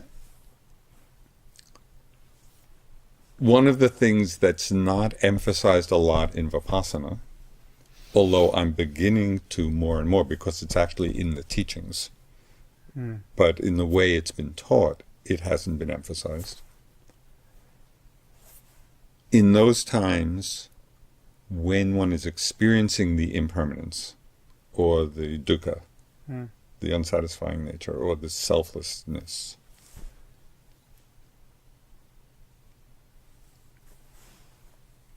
we can be emphasizing two different aspects of it. We can be emphasizing the seeing of the impermanence, that things are arising and passing, and so that's still object-oriented. Right. Or the selflessness of it. Selflessness of the flow of phenomena. Yeah, of the flow of phenomena, including consciousness, but the phenomena will be more predominant. Right. It's very interesting, and I've been working with this more and more now. It's equally possible to pay attention to the nature or the quality of the mind at those times when it's seeing impermanence. And there's a teaching in the Pali text. It's in seeing impermanence, the mind doesn't cling. When it doesn't cling, and it's expressed in a few different ways. In seeing impermanence, the mind becomes disenchanted. Becomes disenchanted from the grasping. In the disenchantment, it becomes dispassionate. In the dispassion, it lets go. In the letting go, there's freedom.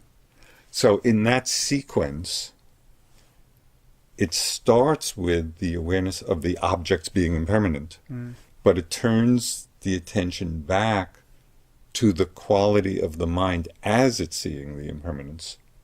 And that's where, that's not emphasized so much, or hasn't been. But I'm not even hearing it emphasized in the litany you just gave, and this has always been a gripe of mine, that the anatta, the selflessness that one realizes in Vipassana, has always seemed to me to be by virtue of anicca, impermanence. So that it's because everything is changing that one extrapolates, not by thinking about it, but that one notices that there's absolutely nothing that could be a self, because there's this just this ungoverned flow. Right. But the selflessness of Dzogchen has nothing to do with impermanence. It has to do with seeing. It has to do with the felt center that was yourself drop out of consciousness. So that the consciousness is just free of that. And so you might not be noticing change with any clarity at all, and yet there's no center.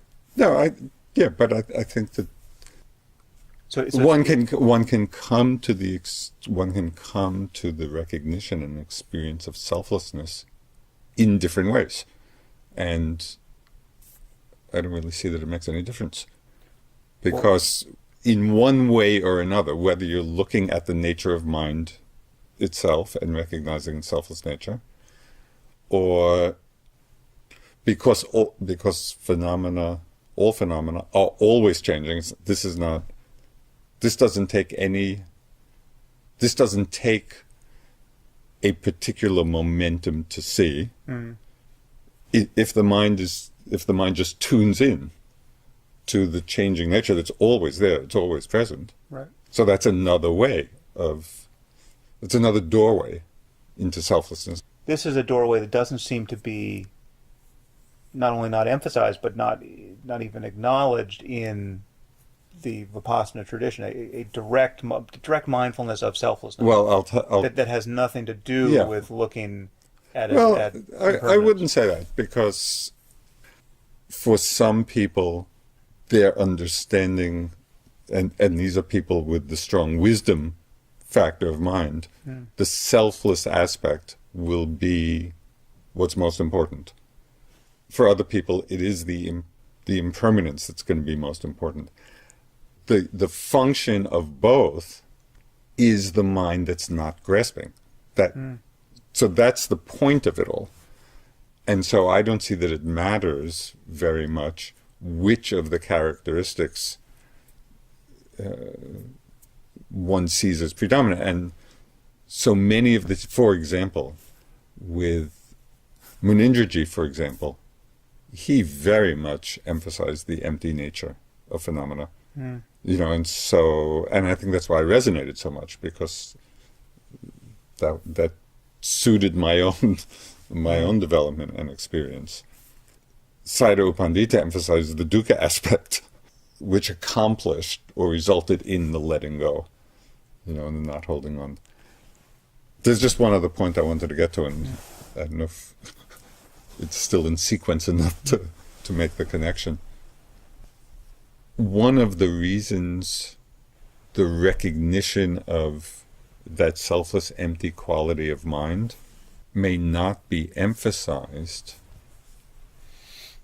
in the Vipassana tradition as much as it is in the Dzogchen tradition, right from the beginning, is that it goes back to this notion of certain experiences uprooting the view of self. And I think for some teachers, it's that experience of having the defilements be uprooted, which is the main focus of their teaching. And so the experiences along the way, they're not necessarily emphasized because the emphasis with these teachers is to accomplish that uprooting. So they may not be pointing out all along the way, oh, look, really, really... If continuity of mindfulness is the only tool one needs to travel the path toward these various landmarks, whether they're as significant as one thinks or not, if you're going to get practice in under the model of Burmese Vipassana, you just get the mindfulness rolling along, and that's what you need to do. If mindfulness of anatta, selflessness, is just as good an object of mindfulness as any other sort of mindfulness, it's not a choice between the two paths. You could be mindful. You could recognize that there's no self very early on. Be mindful of that centerless, open nature of consciousness, and have that be your continuity of mindfulness. And presumably, that would be all you would need to have these subsequent experiences, if in fact they are there. That's true. But as I said, depending on a person, well, let's not be so quick there. Is there any reason to think that might not be true? Is it possible in your mind that a certain style of mindfulness, like a certain base of mindfulness, certain sensory objects as opposed to other objects, is better for having these zero experiences of cessation? No, I think it's very individual. Depending on the particular factors which are strong in a person, one or another salient features of phenomena will be the most effective path. So for someone who is predisposed to tuning into impermanence, or tuning into dukkha, tuning into suffering, to try to force them into the anatta category, as being kind of the sole or only or best way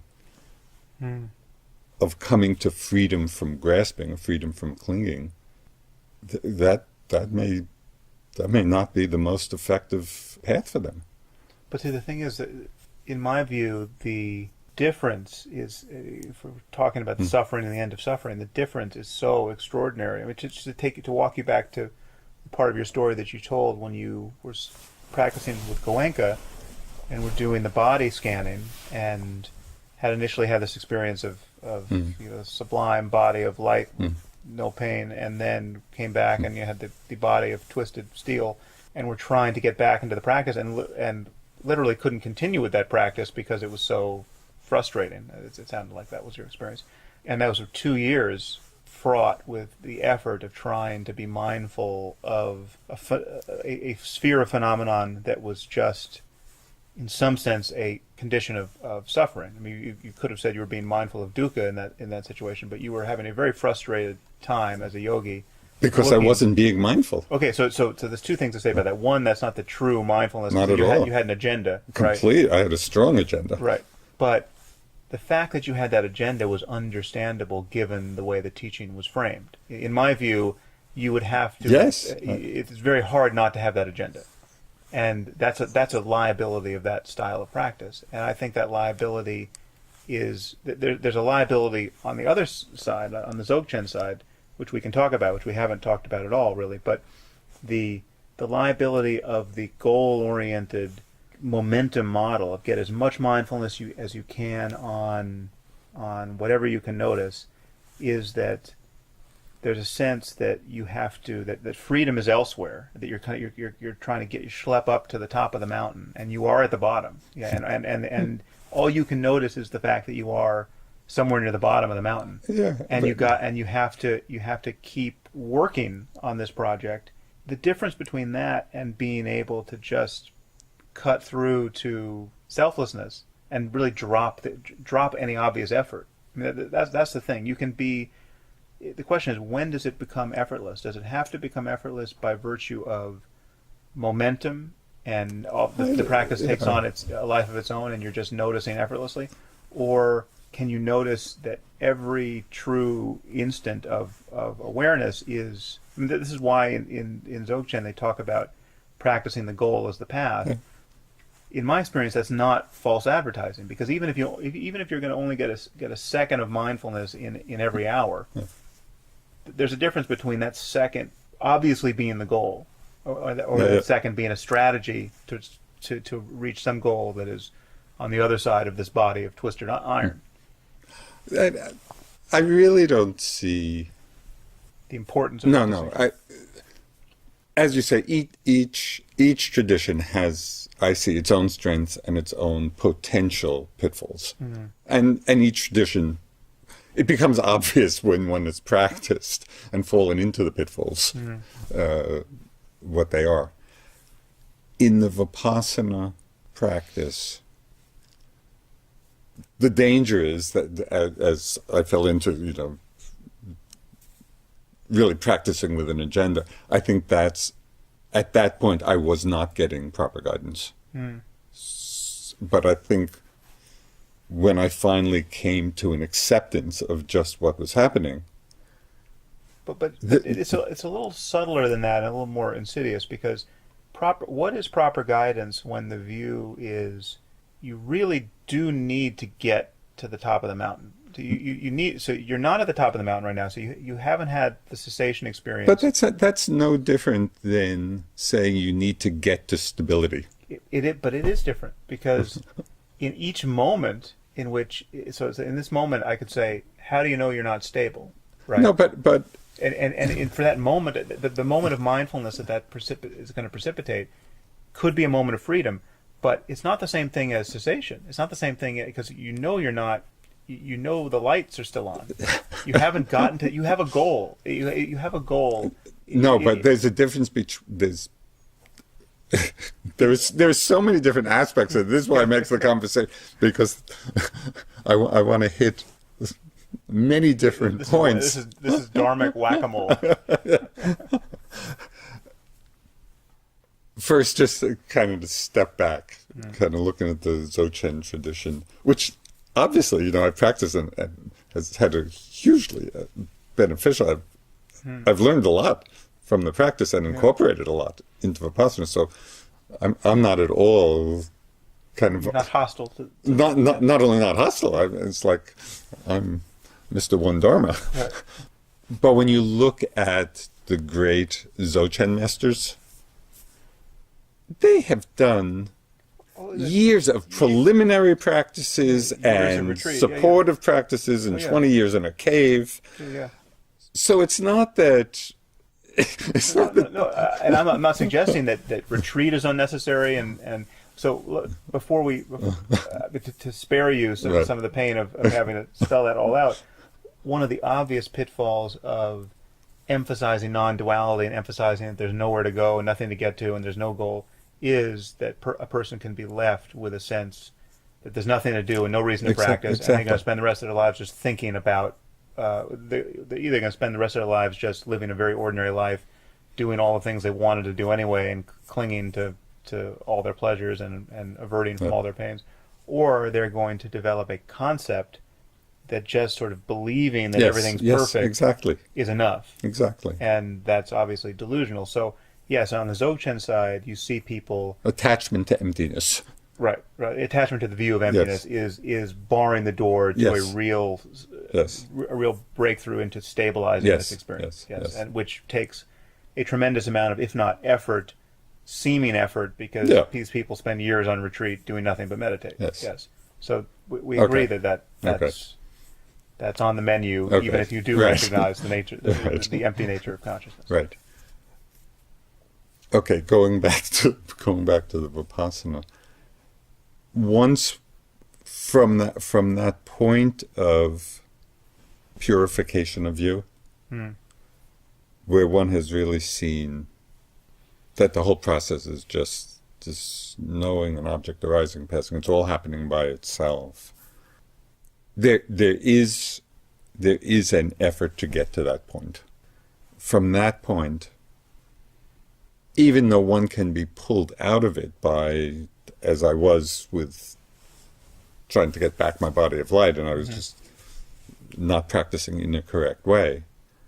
But from that point, if one is in alignment with what mindfulness actually means, then even though there's a goal, one has dropped back into the unfolding process. Right. There's not a sense of, oh, I'm not there yet, and struggle. And that's always available. Yeah. Well, no, but that's not always available, because I've been that person who cycled back and forth from retreat and back into life, and then back to retreat. Well, it hasn't been stabilized then. In the I mean, I've experienced some of that, but also experienced times when that's just there. That's always there. But that's always accessible. It's always there when you're not on retreat. Yeah. So that is synonymous with your mindfulness. Yes. Yes. Yeah. And so and that's a kind of stabilizing, right, which is similar to the stabilizing of the recognition. It's just one doesn't have to build up the momentum to get there again. Right. It's just it's what's there. How is that the case? Because then what you're describing is a level of concentration. So let's say you're not on retreat and you're only going to sit for a half hour today, and you sit, you close your eyes, you start focusing on the breath, whatever, just sound, open awareness. If you are nowhere near as concentrated as you are in the best sitting of your longest retreat, but there's a difference between having the momentum of concentration and not. Momentum is a retreat-like phenomenon that was contingent upon being seriously concentrated. Yeah, but what I'm saying is that at a certain point, even in your daily life, off retreat, your experiences of sitting is one of being concentrated enough to have that same character. Yeah. And that, to me, that's kind of an interesting development. It has been in Vipassana, because that is a kind of stabilizing. You're no longer struggling to get any place. Yes. You're just there, and it's just unfolding. And that's really how it is, now. That's not surprising to me. I'm trying to get at what is surprising to me here. It's not because the momentum has something to do with many moments together. What you can experience at time X is, in some sense, conditioned by what you experienced at time X minus 1 or X minus 2. You know, that's what momentum is. And if you have been lost in thought for 5 minutes, if such a delusional experience could ever happen to you, or you're asleep and dreaming and you wake up, the question is, what can these next 2 seconds be like?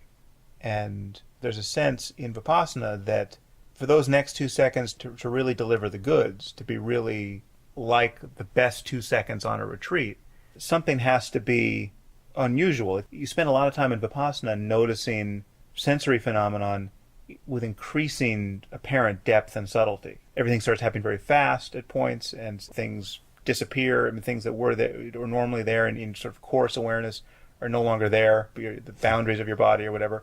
Things are different. Things are not truly ordinary. There can be a sense that ordinary mindfulness of just a truly ordinary sensation, just noticed, doesn't taste like It freedom. does. Oh, okay, so it does. It does, but from the Dzogchen side, that's the point that has to be grasped in order to even feel like you can start. That's emphasized so much from the beginning that there is no depth. Freedom is right on the surface. There's no depth. There's no subtlety. The changes in the pyrotechnics of meditative change but don't mean anything. But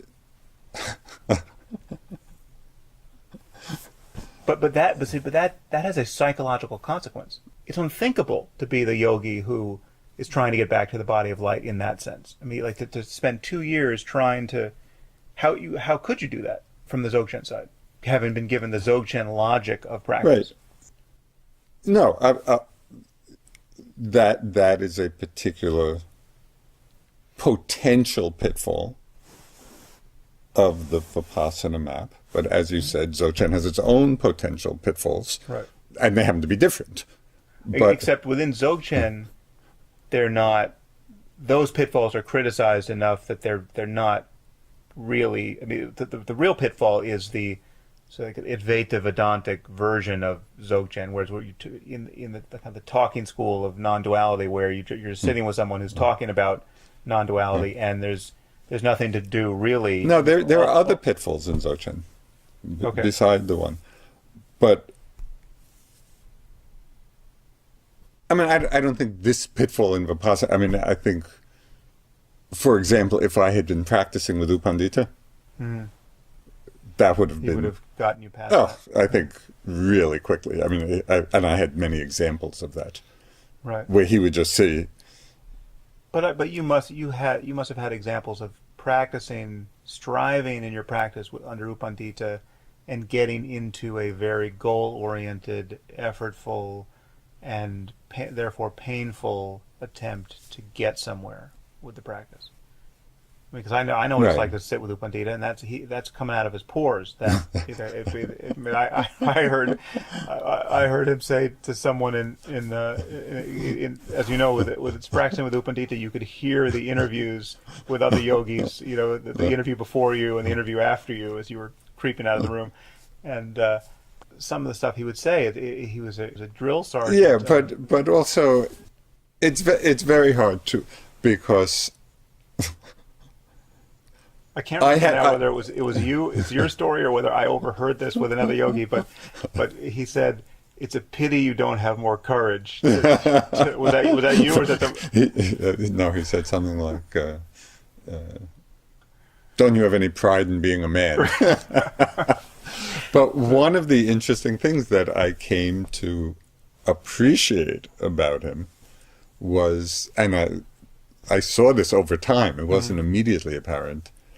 That he would often be saying these kind of outrageous things, and he would keep doing it until there was no longer a reaction in my mind. And as soon as I got to a place of lightness... That's very Zen of him. It was. Yeah, I mean, and I saw that, and there were a few very striking examples.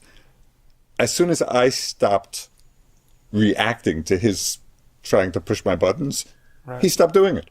Yeah. And actually the whole relationship and style of his teaching changed. So in some way, and I'm not to say he never kind of emphasized the striving and all that, but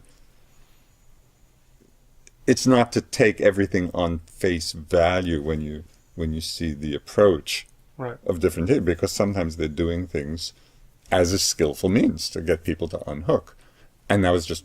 My experience with him was the opposite. I knew his reputation, and I heard how he was dealing with other people, and I was practicing in a very effortful mode just because I was very goal-oriented at that point. But his direct communication to me was he was just this sweet old man who was very encouraging, and also problematically, he conveyed at the end of, near the end of one of those 2-month retreats with him,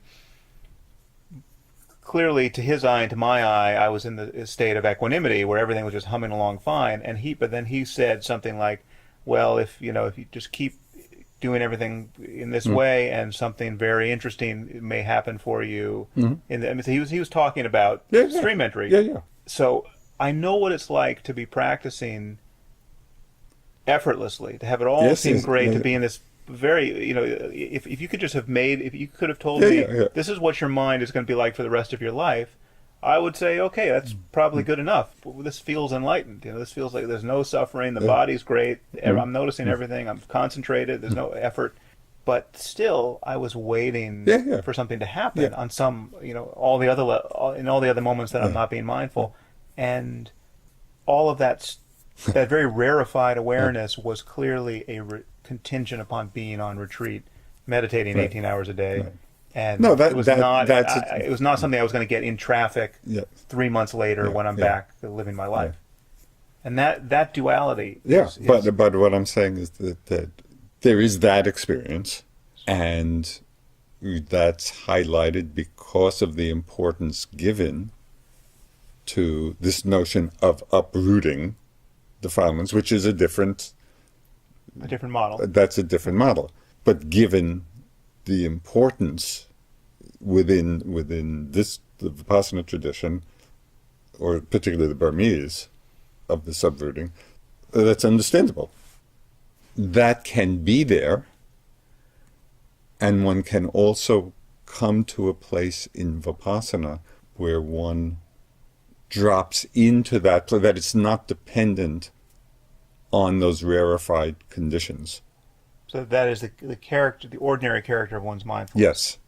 One of the ways that I've been teaching as a way of directing people to the ordinariness of selflessness, that where it's not dependent on momentum, is in the simplicity of just moving one's arm, or moving the leg.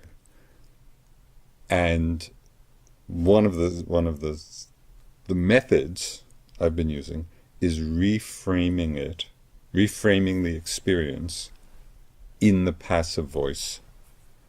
So, for example, you're just moving the arm, and generally, even if one is not actually conceptualizing it in words, as you've pointed out, the common way of perceiving it is, I'm moving my arm, or I'm knowing the movement. And that's the active voice in English. By putting it into the passive voice, movement being known. It's just movement being known. In the passive voice construction, there's no subject. So just the switch of language, and I found just doing that, in the simplest movement, one is right there in the experience of the selflessness of the whole process, the selfless, because it's actually pointing to the knowing. It's just in the phrase, sensations being known, it brings in the knowing equal to the sensation. Right. But you don't think that is contingent upon a person already having this recognition of selflessness? Clearly someone could still just have this thought. They could adopt this as a mantra, movement being known. Yeah, no. I mean, it's just language in the if it's just language, again, it's the difference between language as a description and language as an instruction. Right. And I'm not saying that everybody will immediately get the instruction, but it's not that complicated, and people have, things are being known moment after moment. Right. And right there one is in that state of selfless awareness that's not dependent on rarefied conditions. So I think the stability of that, depends on a lot of factors. Right. And concentration being one of them, because concentration means undistractedness, and so the more concentration is developed in the mind, and is there as a quality of the mind, the more stable that'll be. The mind will get distracted less often. So I think within Vipassana also, it's not, I grant you that it's not always taught this way because of the importance given to that moment of uprooting. Yeah. And so it's not often emphasized that it's right here. Yeah. But this is part of what has been interested me in these last years, is to emphasize this aspect. And this is just one example of how it can be done. There are other ways that point to the immediacy of it. Yeah. I just want to, while we're talking this time, and there's one other point I just want to make about one of the potential pitfalls of Dzogchen that for me is very interesting, and it actually points to some different schools in Tibetan Buddhism. And it highlights, just to me, a very interesting difference of experience and description. As you know, in Dzogchen, the nature of mind is described as the union of clarity and emptiness, or awareness and emptiness, and the inseparable unity of them. People can recognize the awareness aspect without necessarily a full recognition of its empty aspect. Because as subtle as awareness is, that aspect is more obvious than its empty aspect, which is even more. Well, actually, that's just let me finish. We should clarify this concept of emptiness, because obviously most of the people listening to this aren't going to know what we're talking about, but it actually is not quite the same thing as selflessness. I mean, no, it's not. It covers selflessness, but selflessness doesn't quite cover emptiness. So. No, emptiness, and I love this aspect, and I brought it in actually to Vipassana. And as Tulku Urgyen would often say, you look for the mind and can't find it, and the not finding is the finding. Right. And so it's that unfindability which is the experience of its emptiness, that it can't be found. Right. And that's found. There are certain Zen teachings which point to that same thing. Are you in danger of forgetting where you now want to go? Because I think we should unpack emptiness a little bit more, but we can do it after. Okay, let's do it after. Okay. I just screwed you up completely. Within the Tibetan schools, and they talk about it, the second turning and the third turning. There's a lot of historical development of Tibetan Buddhism, but different schools emphasize. I mean, one criticism of Dzogchen from some of the other Tibetan schools is that they feel the danger is in some way reifying awareness.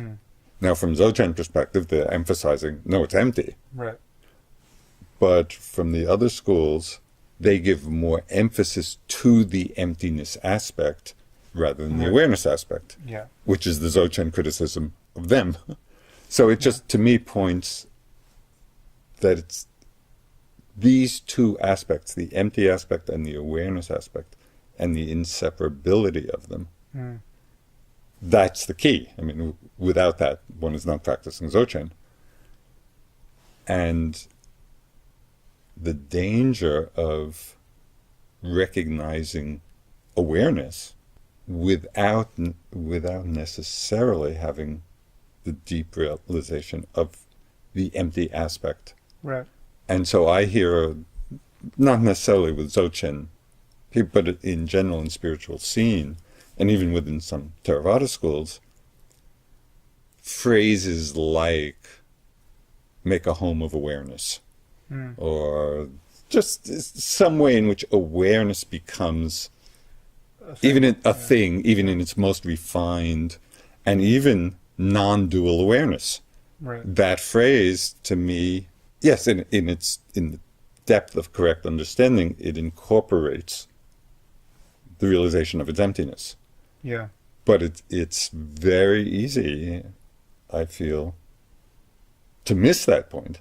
Yeah. And so one is, awareness is spacious, it's open, it's non-dual.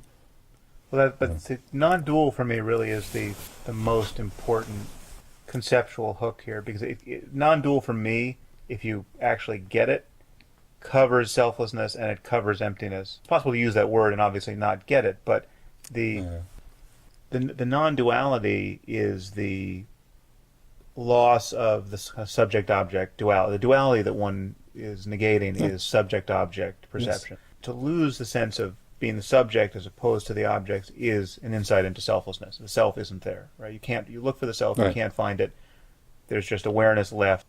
You find the absence of the self. Yeah, but the other feature of emptiness is that it's not just that the self isn't there, it's that everything that seems to be there is just an expression of it's not that consciousness has all of these objects that are really objects. Yeah. There's just this, in some ways, paradoxical condition of it's all consciousness and its forms. The boundary between one thing and another is purely conceptual. In some sense, nothing is happening. The best analogy to come out of the teachings, I think, is that of a light in a mirror. You can hold a mirror up to a battlefield, war sequence, and a lot seems to be happening, and a lot is happening, obviously, in the world. But in the mirror, it's like a movie. You can see everything clearly. Nothing is really happening. Exactly. Yes. So that is an analogy that captures this. The paradoxical quality of everything seeming to happen, and yet on some level nothing is in fact happening. Yeah, but I think that... and the condition of there being no center to that experience is the thing that makes the salience of nothing really happening. I have two comments about this. Yeah. One is this is a rejoinder to your criticism of Vipassana, of how it's dependent on certain rarefied conditions. Right.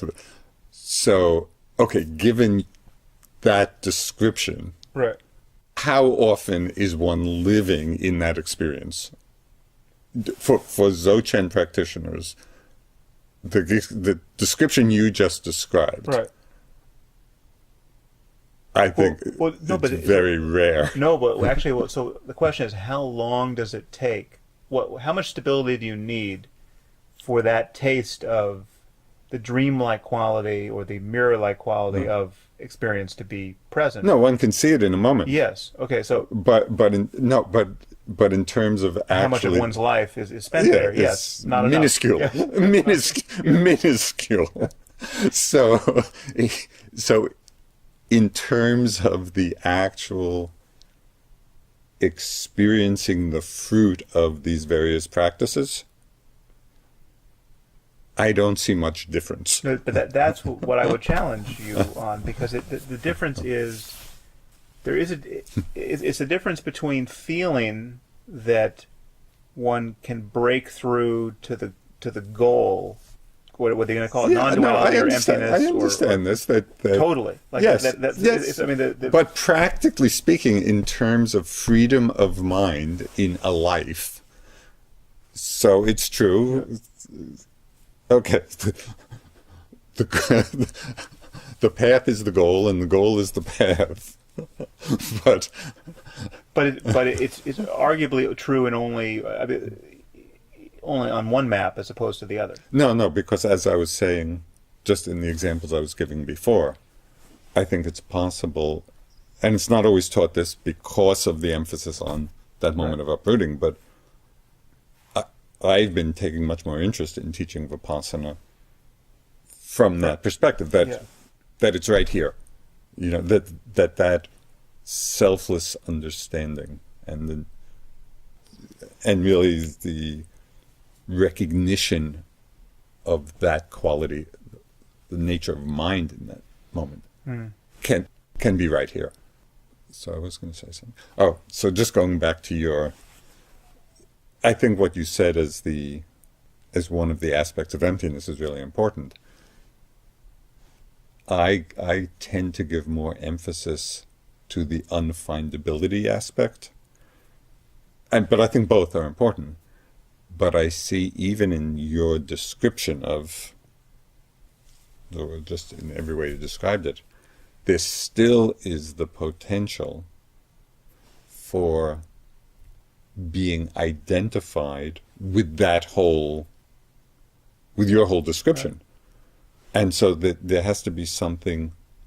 Well, that's why I feel like non-duality is the crucial. No, because there could no. Because there is no thing to be identified with. That's why it's non-dual. That's why it's not. That's why it's not oneness.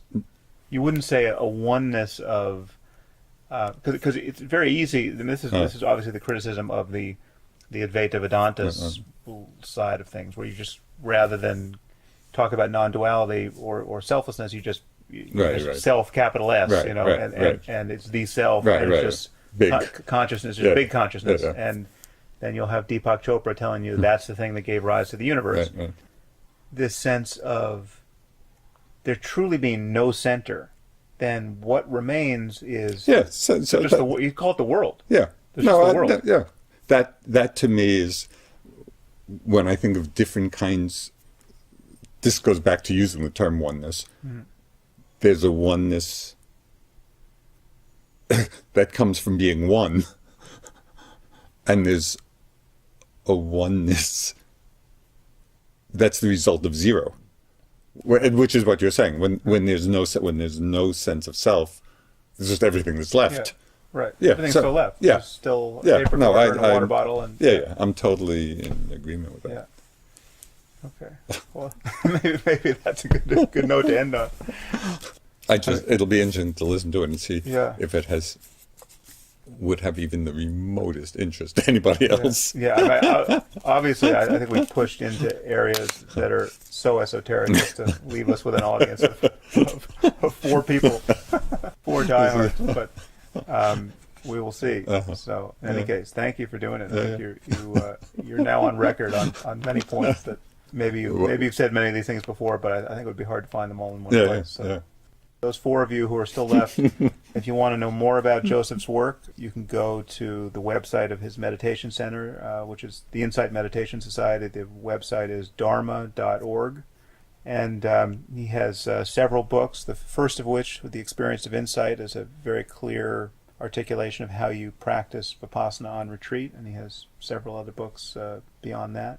One Dharma being perhaps most relevant to this discussion, would you say, Joseph? Perhaps. And the last book being really the culmination of the last one, which was Mindfulness. Mindfulness, a practical guide to awakening. So do get that. If you enjoy our back and forth here, that's a good way to subsidize it. Thank you, Joseph. You're welcome. This was fun.